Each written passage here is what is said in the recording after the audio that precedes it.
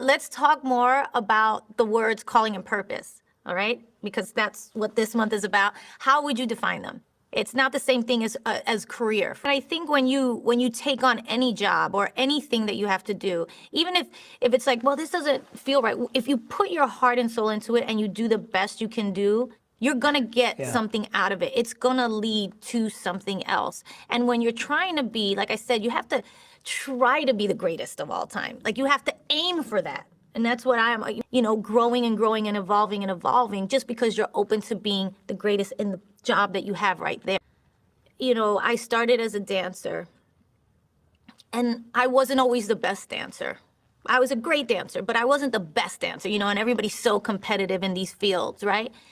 But I knew that from the beginning, because of that, I put something extra into it.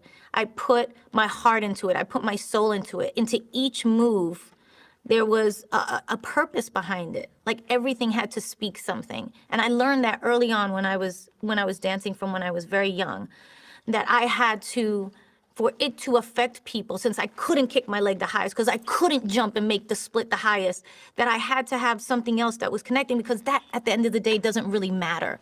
What I realized what matters was actually, you know, connecting in a way and putting a passion into each move and making everything I do, I want it to have a purpose to it. I really want to remind people to own their power always. You know, morning to evening, it's not just when you're in the spotlight. It's like being your best self at every moment, you know, even when the cameras are not. You have to strive to be the best. I think that's an important key.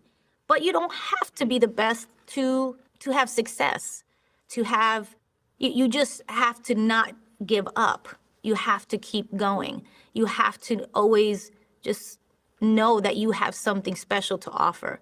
But you have to strive. I think striving to be the best is part of the secret. And my dream is that, you know, together this year, we can make a more unified, more loving, more accepting, more understanding world. I always want to inspire different things in people, and whether it's to make them laugh or cry, affect them in some way. And in these times where all of us can feel lost, I wanted to give people some hope and some direction. I don't think anything has an impact if you're not 100% in it and behind it. So when I'm creating something, I do it because I love it, and I love the moment-to-moment connection that I get with the audience, whether it's through a song or a movie or a live performance. I want it to be successful, of course, and I want to do my best, but I believe that things that resonate with me will resonate with other people. And when you make choices that way, yeah, there's always some risks involved. Some people are going to love it, some people are going to hate it, whatever. But I don't let that worry kind of overcome me. You know, is this the right choice, or should I be more cautious? Because I want to feel passionate about the things I create, and I think that shows in my. And really start fresh and know that's possible.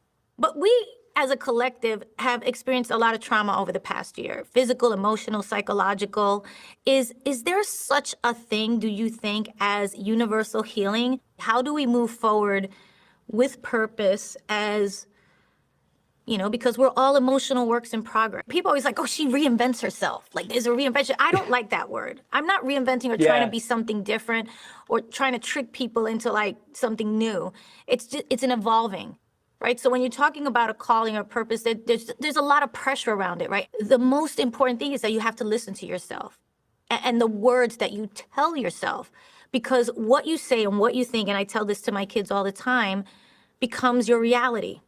If you're telling yourself you're, you know, I'm gonna be this or I'm gonna be that, or you're telling yourself I'm a loser, then you'll be a loser. Whatever it is, you tell yourself that and it will manifest. I really believe that we create our lives, again, not just with our actions and the things we do, but the things we think and the self-talk that we give.